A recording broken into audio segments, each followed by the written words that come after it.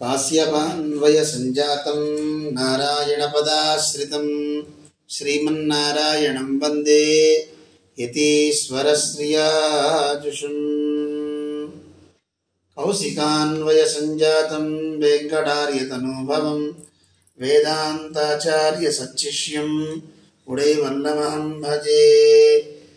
लोकाचार्याय गुरवे कृष्णपादस्य सूनवे संसार भोगि संतुष्ट जीव जीवातवे नमः। जय श्रीमन्नारायण। భగవద్బంధువులారా, రికార్డింగ్ ఇన్ ప్రోగ్రెస్ తిరుమంత్రార్థాన్ని మనం ఈరోజు ఆరంభిస్తున్నాం. ఈరోజు రెండో రోజు. దానికి ముందుగా అవతారికను ఒకసారి చూస్తున్నాం అన్నమాట. భగవంతుడు ఈ లోకాలన్నింటినీ రక్షించాము అనుకున్నట్ట. హరిస్త్రాతుం లోకాన్, భగవంతుడు ఎప్పుడూ ఈ లోకాలన్నింటినీ రక్షిస్తూ ఉంటాడు. అలా రక్షించేటటువంటి ఆ స్వామి ఎన్నో అవతారాలు స్వీకరించాడు. రాముడుగా, కృష్ణుడుగా, అలాగే దశావతారాన్ని స్వీకరించాడు.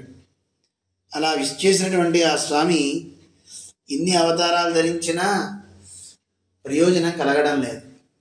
అయ్యో, ఇన్ని అవతారాలు నేను ధరించానే, ఏ ఒక్కరు కూడాను మారట్లేదే అని వైకుంఠానికి వెళ్ళినటువంటి స్వామి తల పట్టుకున్నట్ట. చాలా బాధపడ్డట. ఏం చేయాలి?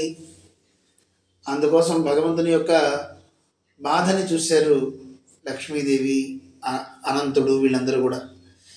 ఏమిటి కారణం అని అడిగితే, నరాధమాహ అవజానంతి మాం మూఢాహ, ఈ మూఢులు నన్ను అవజానంతి, సరిగ్గా తెలుసుకోవట్లేదు.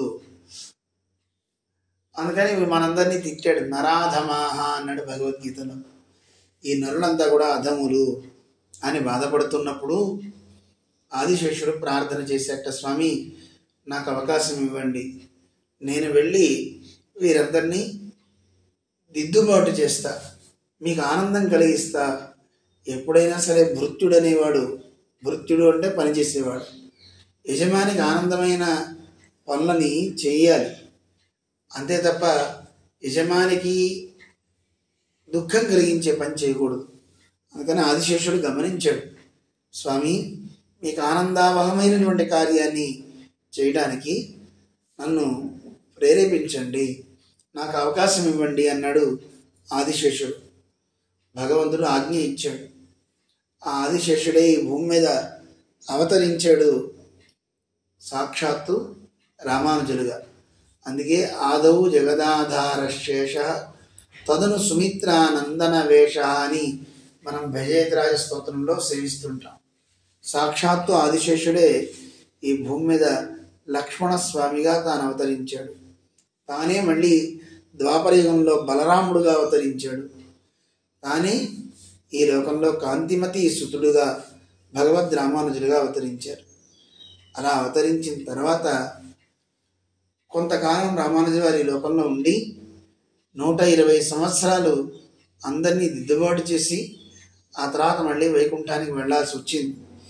కారణం, యముడు ఫిర్యాదు చేసేట, స్వామి ఎవ్వరూ మా లోకానికి రావట్లేదు, రామానుజుల వల్లే అందరూ మోక్షానికి పోతున్నారు, మాకు పనే లేదు అనగానే యముని ప్రార్థన మేరకు రామానుజుల్ని ఆహ్వానించారు స్వామి.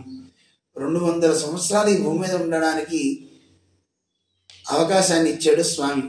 కానీ 120 సంవత్సరాలే ఉన్నారు కదా, మిగిలిన 80 సంవత్సరాలు మళ్ళీ తమ యొక్క ప్రభావాన్ని చూపడానికి మళ్ళీ అవతరించారు ఆ రామానుజులే వరవర మునిగా.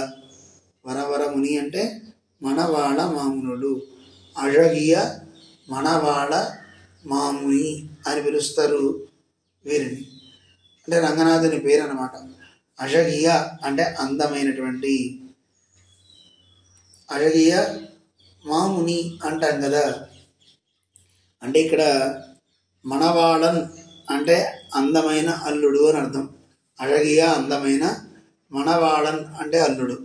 అழగియ మనవాళ మాముని, చాలా గొప్ప ముని అన్నమాట మన స్వామి. అందుకే వీరిని వర వర ముని అని కూడా పిలుస్తుంటారు. వరశబ్దానికి శ్రేష్టము అని అర్థం. అలాంటి గొప్ప మహానుభావుడు.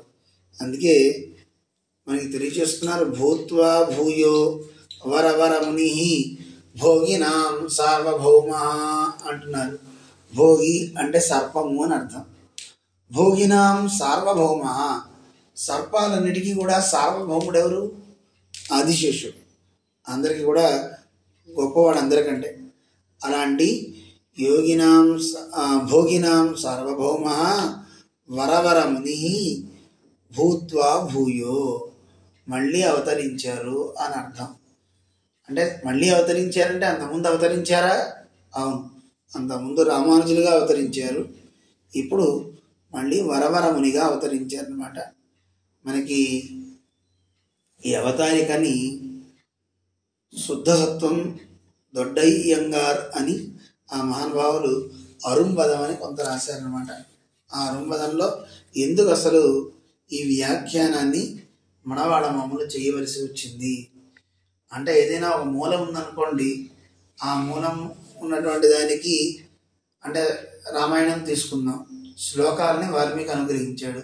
ఆ శ్లోకాలు చదివితే మనకి తెలియదు కనుక అర్థాన్ని తాత్పర్యాన్ని తెలియజేసేవారు ఒకరుంటే, దానికి ఇంకా విశేషార్థాన్ని తెలియజేసేవారు కొంతమంది కావాలి.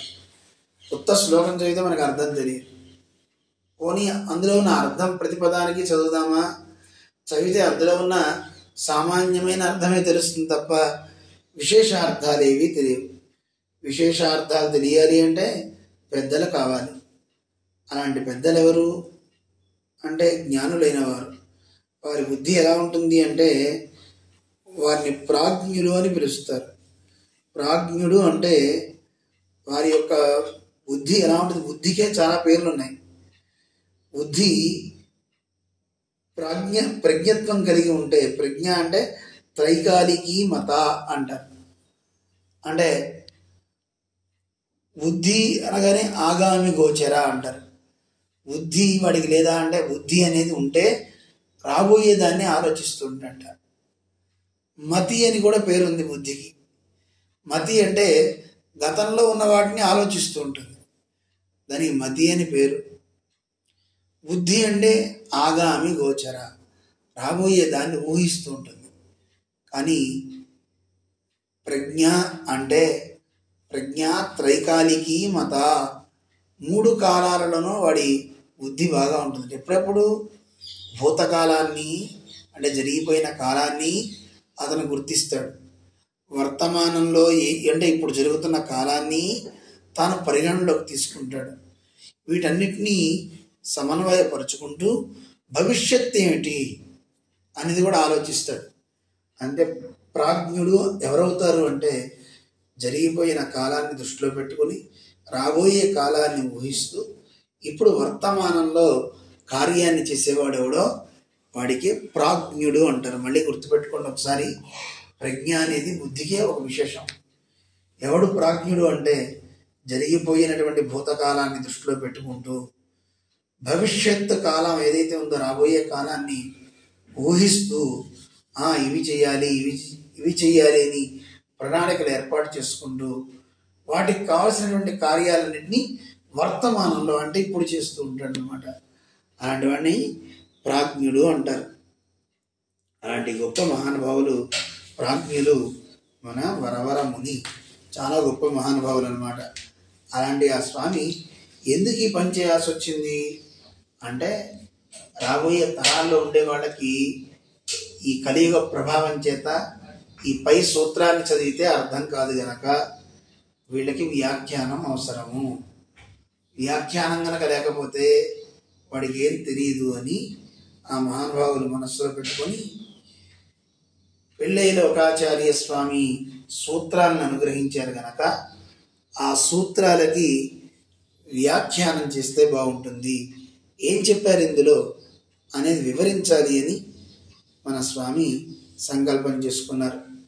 అయితే ఇది తమిళంలో ఉంటుంది కనుక ఆ తమిళ పంక్తులు చదివి దానికి అర్థం చెప్తాం.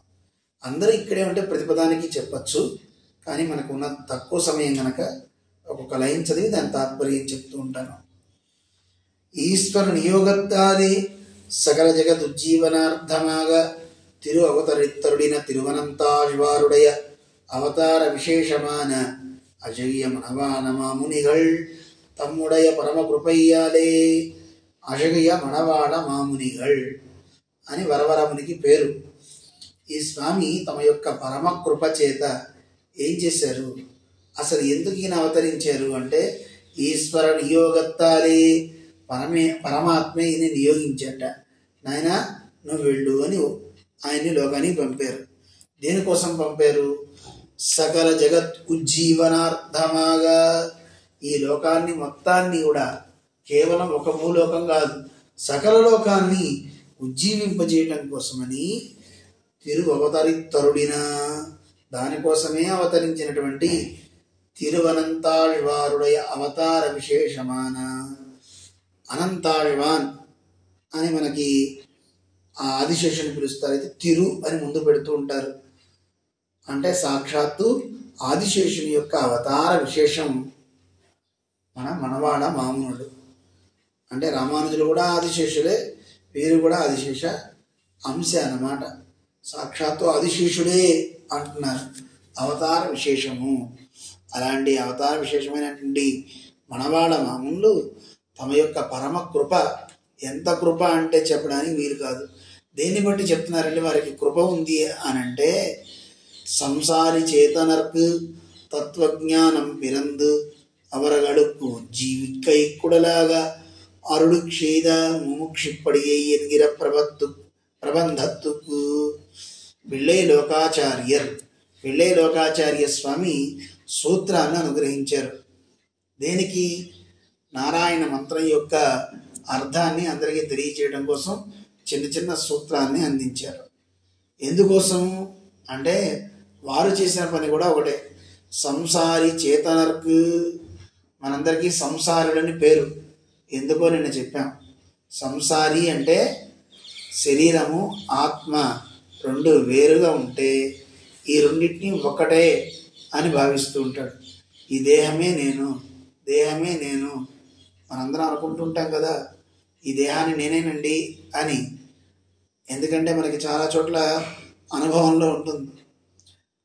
ఆత్మకి ప్రాముఖ్యముడు అంటే తనకి తాను, శరీరానికే ప్రాముఖ్యాన్ని ఇస్తూ ఉంటాడు.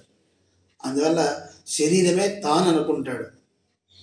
అందుకే నేను నల్లగా ఉన్నాను, నేను తెల్లగా ఉన్నాను, నేను లావుగా ఉన్నాను, నేను సన్నగా ఉన్నాను, ఇలా మనం అనుకుంటుంటాం. నిజానికి మనం ఉన్న శరీరం లావు తప్ప, మనం ఉన్న శరీరం నలుపు తప్ప మనం కాదు. అందుకని శరీరానికి సంస్కారం అవసరం, ఆత్మకి సంస్కారం అవసరం. శరీరానికి సంస్కారం, శరీరం మీద ఉన్న మాలిన్యం పోవడానికి స్నానాదులు చేయాలి, తప్పదు.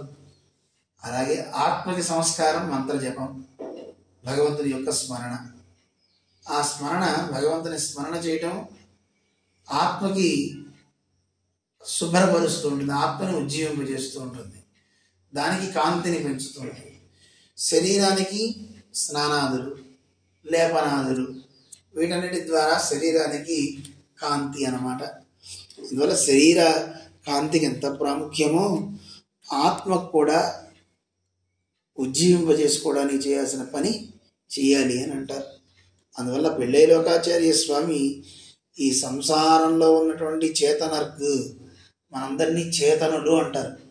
చేతనుడు అంటే చైతన్యం కలిగిన వాడు అని అర్థం. ఆత్మకి పేరు చేతన అని పేరు. శరీరం అచేతనం, కదలదు. అలాంటి అచేతనమైనటువంటి శరీరం చైతన్యం కలిగి ఉంటుంది అంటే ఆత్మని పరమాత్మ లోపల ప్రవేశింపజేయటం వల్ల. అందువల్ల చేతన అంటే రెండు పదాలు గుర్తుపెట్టుకోండి. చేతనుడు అంటే జీవుడు అని అర్థం, అంటే ఆత్మ అని పేరు. ఇవి ఎక్కడన్నా వచ్చాయి అంటే టెక్నికల్ పదాలు చాలామందికి తెలుసును, తెలియని వాళ్ళు నోట్ చేసుకోండి. చేతనుడు అన్నా, జీవుడు అన్నా, ఆత్మ అన్నా ఒకటే. ఏమిటి చేతనుడు అంటే చైతన్యం కలిగిన వాడు అని అర్థం అనమాట. జ్ఞానం కలిగిన వాడు. జ్ఞానము ఆనందము రెండు మనకు ఉన్నాయి, కానీ అవి మనకి ప్రకాశించట్లేదు. కారణం ఏమిటి? దాన్ని అడ్డేసింది. ఏదైనా ఒక దీపం వెలుగుతూ ఉంటే ఆ దీపానికి చుట్టూతా కనుక మసి ఆవరించింది అనుకోండి గ్లాస్కి, ఆ కాంతి బయటికి కనపడదు.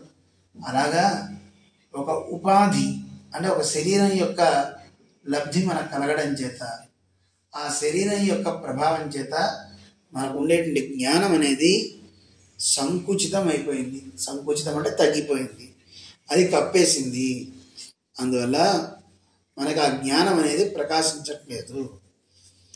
కానీ మనందరం చేతనమే, చైతన్యం కలిగిన వాళ్ళం, జ్ఞానం కలిగిన వాళ్ళం. మన ఆ జ్ఞానం కలిగిన మనకి ఆ జ్ఞానం అనేది ప్రకాశించట్లేదు. అందుకోసమనే మన పిళ్ళైలోకాచార్య స్వామి ఏం చేశారు, మనకి తత్వజ్ఞానం పిరందు, తత్వజ్ఞానాన్ని పుట్టించాలి అనుకున్నట్ల. ఏమిటి తత్వజ్ఞానం అంటే? నేనంటే ఎవరు అంటే ఆత్మజ్ఞానం తెలియాలి, పరమాత్మ జ్ఞానము తెలియాలి. అందుకని వీడికి తత్వం యొక్క జ్ఞానం పిరందు పుట్టాలని, అవరగడుక్కు ఉజ్జీవికై కూడాలాగా వీళ్ళందరూ కూడా ఉజ్జీవించాలి అని వారు ఏం చేశారు, ముముక్షుప్పడి ఎన్గిర ప్రబంధత్తుకు, ఆయన ముముక్షుప్పడి అనే ప్రబంధాన్ని అనుగ్రహిస్తే ఆ ప్రబంధానికి వ్యాఖ్యానం ఇడువదాగా లోకంలో ఉన్న వాళ్ళంతా ఈ వ్యాఖ్యానం తెలుసుకోలేకపోతే ఎలా, వీళ్ళందరికీ తెలియచేయాలి అని మన మనవాళ్ళ మామూలు మనస్సులో భావించారట. తిరు ఉళ్ళం పత్తి, ఉళ్ళం అంటే మనస్సు, వారి ఉళ్ళం, తిరు ఉళ్ళం అంటే ఆ పెద్దలు అంటూ ఉంటారు కదా, అయ్యా మీ తిరు ఉళ్ళం ఏమిటో చెప్పండి అంటారు, అంటే మీ మనస్సులో ఏముందో చెప్పండి అని. అటువంటి తిరు ఉళ్ళం వారి మనస్సు భావించి వారు ముందర ఈ ప్రబంధం అవతరిత్తరుడినమైకు ఉపోద్ఘాత సంగతియాన సర్వేశ్వరన్ రాస్యత్రయత్తై வெளியிட்டருளின ప్రకారత్తై అరుడి చేగిరార్. అందుకని ఏం చేశారంటే ఈ మహానుభావుడు ఈ ప్రబంధం అసలు ఎలా లోకానికి అందింది, పరమాత్మ అనుగ్రహించినటువంటి రహస్యాలు ఎలా బయటపెట్టాడు. మంత్రం అష్టాక్షరి, ద్వయం, చరమం, ఈ 3 మంత్రాన్ని రహస్యత్రయం అంటారు. రహస్యత్రయం, త్రయం అంటే 3, రహస్యం అంటే 3వ చెవికి, అంటే 3వ అషట్కర్ణం అంటారు, అంటే 6వ చెవికి వినపడకూడదు అని అర్థం. 6వ చెవి అంటే అర్థం ఒక మనిషికి 2 చెవులు ఉంటాయి, 2 వ్యక్తుల మధ్య ఉంటే దాన్ని రహస్యం అంటారు. కానీ 3వ వ్యక్తి వస్తే వాడికి 6 చెవులు, అంటే వాడికి కూడా కలిపితే 6 చెవులు కదా, అందుకని అషట్కర్ణం అంటూ ఉంటారు. అది సామాన్యంగా దాన్ని రహస్యం అని అంటున్నారు. కానీ విశేషంగా రహస్యము అంటే అర్థం ఏంటంటే వెతికితే తప్ప తెలియందేదో దానికి పేరు రహస్యం అని అర్థం. అంటే మనం ఏదో ఒకటి చెవిలో చెప్పేసి ఇది రహస్యం రో అన్నాం అనుకోండి, అది కాదు. ఎంత వెతికినా తెలియదు, ఆ రహస్యం అని దాన్నే అంటారట. అలాంటి ఈ మంత్రం యొక్క అర్థం కూడా మనం ఎంత తెలుసుకుందాం అన్నా మన బుద్ధితో తెలుసుకోవడానికి వీలు కాదు, పైకి వెళ్ళాక మనకి తెలుస్తుంది అన్నమాట. అటువంటి ఈ రహస్యాలు మనకి 3 ఉన్నాయి. ఏమేంటివి? అష్టాక్షరి, ద్వయం, చరమం. ఈ 3 మంత్రాల యొక్క అర్థాన్ని வெளியிட்டருడిన ప్రకారత్తై అరుడిచ్చి ఇరార్, పరమాత్మ ఈ 3 మంత్రాన్ని తానే బయటపెట్టాడు. ఎలా బయటపెట్టాడో ఆ ప్రకారాన్ని చెప్తున్నారు. అసలు ముందు మంత్రం మనం తెలుసుకుంటున్నాం, ఈ మంత్రం ఎలా బయటకు వచ్చింది అది మనకి తెలియాలి కదా. దాన్ని మనకి అనుగ్రహిస్తున్నారు మనవాడ మామూనుడు. ఉపోద్ఘాతం అనే పేరుతో ఏదైనా ఒకటి తెలుసుకోవాలి అనగానే నేరుగా ఆ గ్రంథాన్ని మనం చదవలేం కదా. అసలు ఆ గ్రంథం ఎవరు రాశారు, ఎలా వచ్చింది, అవి తెలిస్తేనే కదా అప్పుడు మనకి దాంట్లోకి విషయంలోకి వెళ్ళేది. దానికి ఉపోద్ఘాతము అంటారు. ఇప్పుడు ఆ ఉపోద్ఘాతాన్ని శ్రీయఃపతియాయ్ అని ఆరంభించారు స్వామి. నిన్న మనం చదువుకున్నాం. శ్రీయఃపతియాయ్ అంటే ఆరంభించేటప్పుడు ఎప్పుడు మంగళప్రదమైనటువంటి పదాలతో ఆరంభించాలి. అందుకే పరమాత్మని శ్రీయఃపతి అని పిలుస్తున్నారు. శ్రీయఃపతి అంటే లక్ష్మీపతి అని అర్థం అన్నమాట. అటువంటి లక్ష్మీపతి శ్రీవైకుంఠం నికేతనాయ్, శ్రీవైకుంఠమే స్థానంగా కలిగినవాడు. నిత్య ముక్త అనుభావ్యనాయ్, నిత్యుల చేత ముక్తుల చేత అనుభవిస్తూ ఉండేటటువంటి వాడు. నిరతిశయ ఆనందయుక్తనాయిరుక్కిర సర్వేశ్వరన్, ఎడతెగని ఆనందం కలిగినటువంటి సర్వేశ్వరుడు అని ఆరంభించారు. దీని అర్థం మనం తెలుసుకోవాలని నేను అనుకున్నాం. శ్రీయపతి అంటే ఏమిటి దాన్ని మనకి చెప్తున్నారనమాట. ఈ 4 విశేషాలు మనం తెలుసుకుందాం. శ్రీయపతి వైకుంఠ నికేతనం అంటే వైకుంఠమే స్థానంగా కలిగినవాడు. నికేతనము అంటే స్థానము అని అర్థం. వైకుంఠమే ఆ పరమాత్మకి స్థానంట. నిత్య ముక్తానుభావ్యనాయ్ నిత్యుల చేత ముక్తుల చేత అనుభవించబడేవాడు. నిరతిశయ ఆనందయుక్తన్ ఎప్పుడు ఎడతెగని ఆనందం కలవాడు. ఈ 4 అర్థాలు మనం ఇప్పుడు తెలుసుకుందాం సంక్షిప్తంగా. ఇందులో శ్రీయపతి అన్నారు. ఏమిటి శ్రీయపతి అంటే ఆ పరమాత్మ ఈ లోకాన్ని మొత్తాన్ని రక్షించడం కోసం ఉద్యమిస్తున్నాడు. అలా ఉద్యమించేటటువంటి స్వామికి ఈ లోకాన్ని రక్షించాలంటే శ్రీయపతిత్వం విశేష సమర్పగమాగయ్యాలు. ఈయనకి లక్ష్మీదేవి పక్కన ఉంటేనే ఈ లోకాన్ని రక్షించగలుగుతాడు. ఎందుకు అంటే ఇంత అద్భుతమైనటువంటి సృష్టి, ఈ భువన భాండాలన్నింటినీ తయారు చేసి మనందరికీ శరీరాలు ఇచ్చాడంటే ఎంత కృప ఉండాలి ఆయనకి మన మీద, ఎంత దయ ఉండాలి. ఈ దయ ఉంది అంటే అప్పుడు ఆయన గొప్పవాడు అవుతాడు. దయ లేకపోతే ఏ మనిషికి గొప్పతనం రాదు కదా. అందువల్ల శ్రీయపతి అంటే లక్ష్మీదేవే దయాస్వరూపిణి అంటారు. ఆ దయ ఉండటం చేతే ఏదో ఒకటి చేయాలనిపిస్తుంది.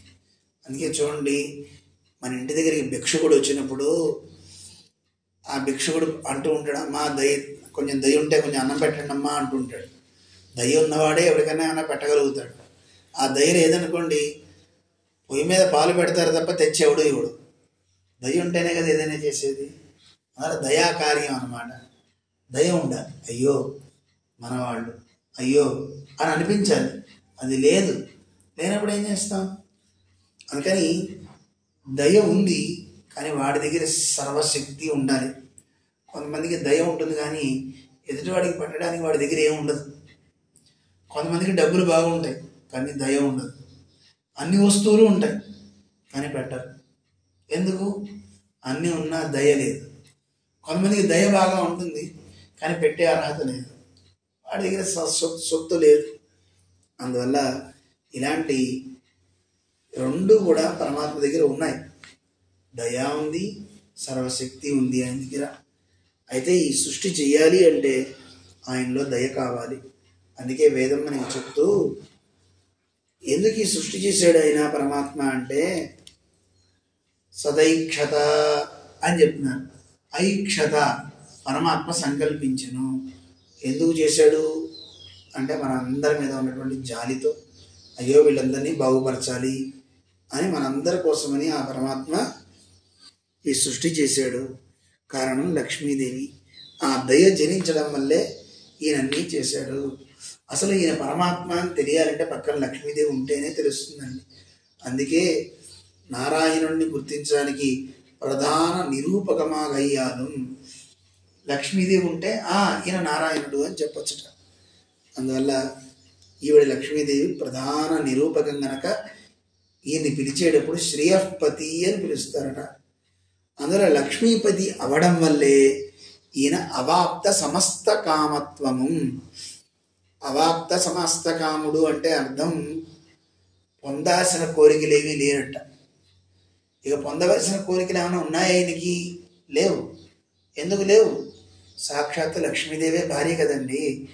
ఆవిడే భార్య అయినప్పుడు ఈయనకి మళ్ళీ ఇంకేం కోరికలు ఉంటాయి? సమస్త కోరికలు ఈయనకి తీరిపోయినాయి. తీరవలసిన కోరికలేమీ లేనివాడు అని అర్థం. జాగ్రత్త గుర్తుపెట్టుకోండి. అవాప్త సమస్త కాముడు అంటే అర్థం పొందవలసిన కోరికలేవి లేనివాడు అని అర్థం. ఇంకా ఏమైనా పొందాలా, తీరాలా ఆయన కోరికలు? లేవు. లక్ష్మీదేవి పతి అయింది కదండి, పత్ని అయింది కదా. అందువల్ల అవాప్త సమస్త కాముడు అంటున్నారు. అందువల్ల ఈయన పురుష సూక్తం కానీ నారాయణ అనువాకం కానీ చూస్తే మనకి తెలుస్తుంది. ఏం చెప్పినారు పురుష సూక్తంలో? ఈయన చాలా గొప్పవాడండి. సహస్ర శీరుష పురుష సహస్రాక్ష సహస్రపాత్ అంటూ ఆయనకి 1000 చేతులు, 1000 కాళ్ళు, 1000 కళ్ళు అంటున్నారు. ఇక్కడ సహస్ర అంటే 1000 అని కాదు అర్థం. అనేకమైనటువంటి చేతులు, అనేకమైన పాదాలు, అనేకమైనటువంటి నేత్రాలు. ఏమండి ఏంటండి కళ్ళు ఉంటాయా? అవును. అందుకే మనం ఎక్కడ చీకటి లైట్లు ఆఫ్ చేసేసి ఏదో పని చేసినా ఆయనకి అన్నీ తెలుస్తాయి. ఆయన జగచ్చక్షు అంటారు. ఆయన జగత్తే ఒక చక్షు. సీసీ కెమెరాలు పెడుతుంటాం చూడండి, ఎవరు వెళ్ళారో ఎవరు వచ్చారో తెలుసుకుంటూ ఉండడం కోసం. కానీ దాన్ని చూసేవాడు ఇంకోటి కావాలి. కానీ అలాంటి సీసీ కెమెరాలు ఆయనకి ఏం అవసరం లేదు. ఆయన నేత్రాలే అన్నిటినీ గ్రహించగలుగుతాయి. అంతటా ఆయన నేత్రం ఉంటుంది. అలాగే ఎవరినైనా రక్షించాలి అంటే అక్కడ దాకా వెళ్ళాలంటే ఆయన పాదాలు, మనలాగా 2 పాదాలు ఉంటే అంత దూరం వెళ్ళడం కష్టం అనుకుంటాం. ఆయనకి ఎక్కడికైనా వెళ్ళగలుగుతాడు. అపాని పాద ఉపనిషత్తు చెప్తుంది. పాదాలు లేవు కానీ వెళ్ళగలుగుతాడు. చేతులు లేవు కానీ అన్ని చోట్లకి అన్నిటినీ పట్టుకోగలుగుతాడు. చేతులు లేవంటే మనలాంటి చేతులు కావు, మనలాంటి కాళ్ళు కావు. మనలాంటి పాదాలు అయితే ఇక్కడి నుంచి విజయవాడ వెళ్ళాలంటే మనం బయలుదేరి రైల్వే స్టేషన్కి, అక్కడి నుంచి బస్ స్టాండు అయితే ఎయిర్పోర్టు వెళ్ళాలి కదా. అక్కడి నుంచి ఎయిర్పోర్ట్లో మళ్ళీ నడిపిస్తాడు. ఇవన్నీ మనకి ఉంటాయి. కానీ ఆయనకి అలా లేదు. వెళ్ళాలి అనుకుంటే ఒక సెకండ్లో ఎక్కడి నుంచి అయినా రాగలుగుతాడు. మరి ఎన్ని పాదాలు ఉన్నాయిరా నీకు? ఎక్కడ పడితే అక్కడే కనపడుతున్నావు, ఎక్కడ పడితే అక్కడ ఆ వస్తువుని గ్రహిస్తున్నావు.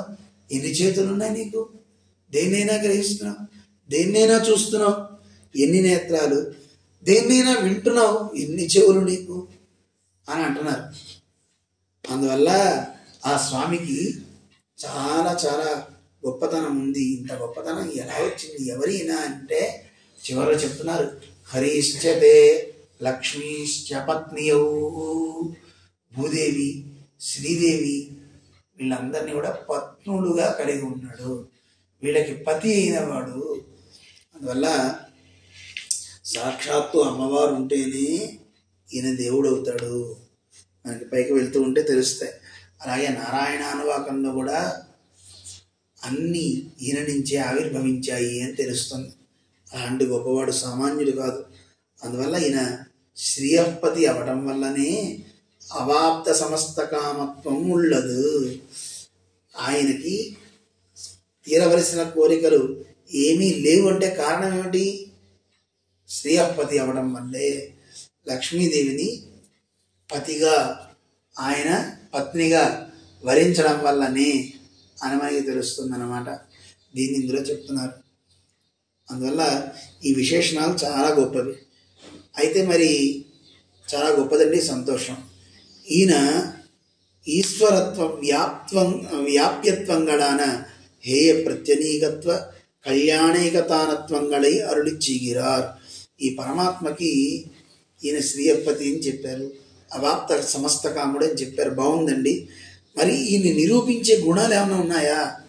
వాటిని కూడా వివరించాలి కదా. అంటే నిరూపిత గుణాలు ఏమిటి అంటే ఈయన చాలా ఈశ్వరుడు, అందరికంటే చాలా గొప్పవాడు, అంతటా వ్యాపించగలిగిన వాడు అని చెప్పడానికి ఈయనలో ఏ రకమైన చెడ్డ గుణాలు లేవు, సకల కళ్యాణ గుణాలు కలిగినవాడు అని 2 విశేషణాలు చెప్తారు. హేయ ప్రత్యనీకత్వము, జాగ్రత్త గుర్తుపెట్టుకోవాలి. ఈ 2 గుణాలు అన్నమాట. హేయ ప్రత్యనీకత్వము, హేయము అంటే చెడ్డవి, అలాంటి వాడికి ప్రత్యనీకుడు, ఆవలివాడు. ఏ చెడ్డ గుణం ఆయన దగ్గర ఉండనే ఉండదు. అందువల్ల హేయ ప్రత్యనీకత్వము, కళ్యాణైక తానత్వము అంటే కళ్యాణ గుణాలకి ఆకరం. ఆయన దగ్గర నుంచి అన్ని సకల కళ్యాణ గుణాలు ఆవిర్భవిస్తున్నాయి. ఈ 2 గుణాలు ఆయనలో ఉన్నాయి. కొంతమందిలో దుర్గుణాలు ఉండవు, కానీ ఒక సుగుణం కూడా ఉండదు. అందువల్ల ఒకటి ఉండకపోవచ్చు, కానీ మన వారి దగ్గర 2 ఉన్నాయి. దుర్గుణాలు లేవు, సకల కళ్యాణ గుణాలు ఉన్నాయి అని చెప్పడానికి ఒక విశేషణం వేశారు. వైకుంఠ నికేతనాయన్, వైకుంఠమే స్థానంగా కలిగిన వాడు అని ఇందులో చెప్తున్నారు. ఎందుకండి అంటే అక్కడ ఎవరైనా వైకుంఠంలోకి అడుగు పెట్టారు అంటే అక్కడ చెడు అనేది ఉండనే ఉండదు. ఎందుకంటే అది చెడ్డ గుణాల కంటే వేరైన స్థానం అన్నమాట. అక్కడికి వెళ్తే ఎవరికి కూడా తమసః పరస్తాత్ అని శాస్త్రం చెప్తుంది, వేదం. చీకటికి ఆవతల ఉండేది.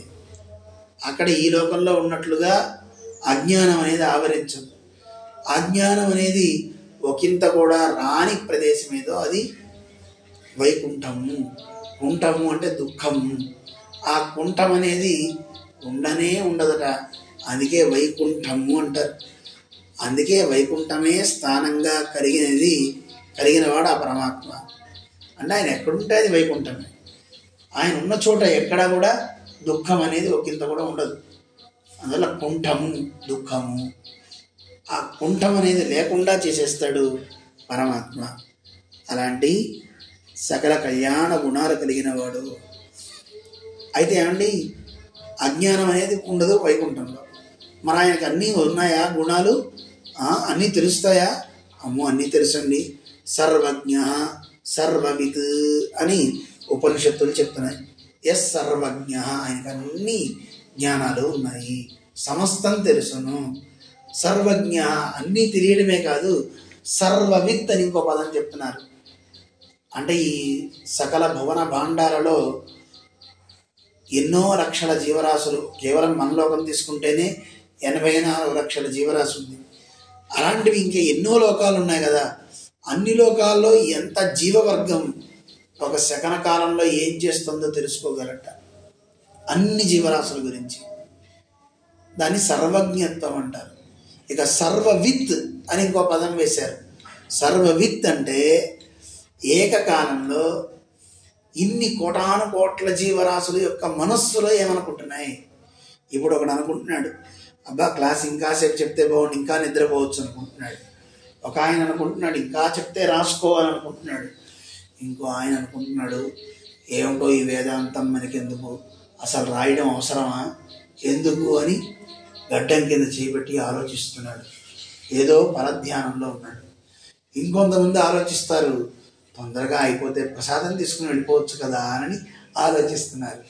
ఇలా ఒక్కొక్కరు ఒక్కొక్క ఆలోచనతో, ఒక్కొక్క తీరుతో వారి యొక్క చింతన ఉంటుంది.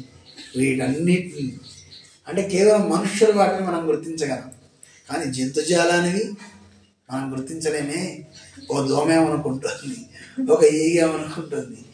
వీటన్నిటిని కూడా తెలుసుకోగలిగిన వాడు కనుక ఆయన్ని సర్వవిత్ అంటారు. ఏమంటారు? సర్వవిత్. ఏకకాలంలో సమస్త ప్రాణికోటి యొక్క మనస్సుల్లో ఉండే భావాన్ని తెలుసుకోగలుగుతాడు కనుక దాన్ని సర్వవిత్ అంటారు. ఇది ఒక గుణం.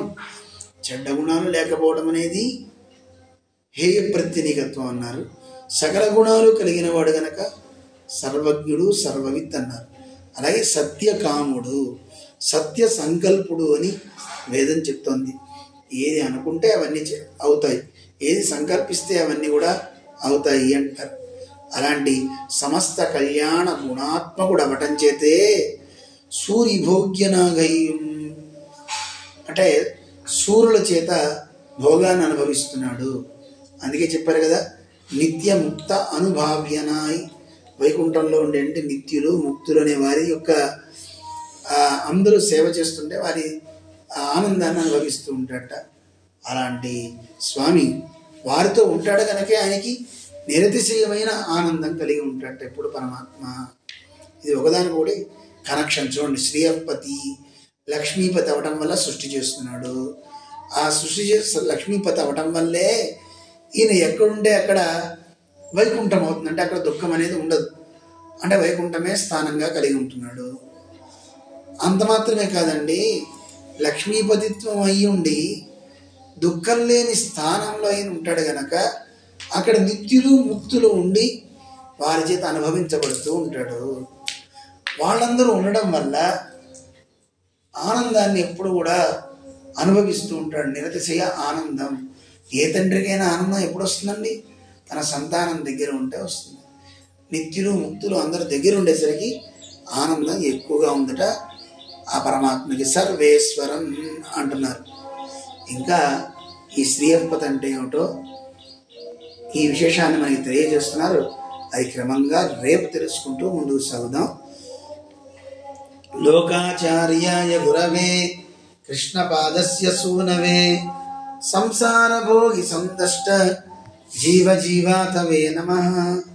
విశిష్టాద్వైత సిద్ధాంత ప్రచారీక విహారిణే శ్రీమన్నారాయణాచార్య स्वामिने नित्यमङ्गलम् यावत् प्रपञ्च सम्पूज्य चरणाय महात्मने श्रीमन्नारायणाचार्य यतिराजाय मङ्गलम् श्रीमते रम्यजामातृमुनीन्द्राय महात्मने श्रीरङ्गवासिने भूयात् नित्यश्रीर्नित्यमङ्गलम् मङ्गलाशासनपरैः पदाचार्य पुरोगमैः सर्वैश्च पूर्वैराचार्यैः सत्कृतायास्तु मङ्गलम्। ओम अस्मद्गुरुभ्यो नमः। जय श्रीमन्नारायण।